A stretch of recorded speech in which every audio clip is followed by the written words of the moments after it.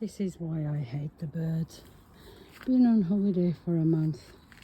They picked at everything, broke everything, ate everything. At least I've got some left over. This is ridiculous. Anyway, now I'm gonna pick them all up and put them in there and see how much I've got. I just had a need to show everybody this.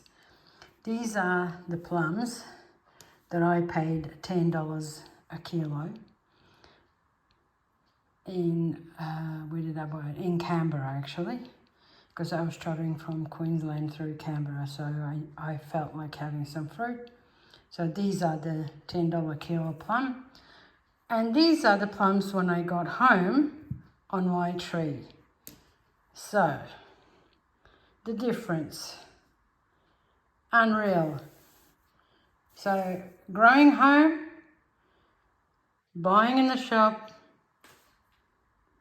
no comparison. So I got about, I would say about 10 kilos here, what the birds left me. I think I threw out about 3 kilos at least, because they were all picked. And I didn't think it was interesting to tape it to show you. But was I cheesed off? Hell yes.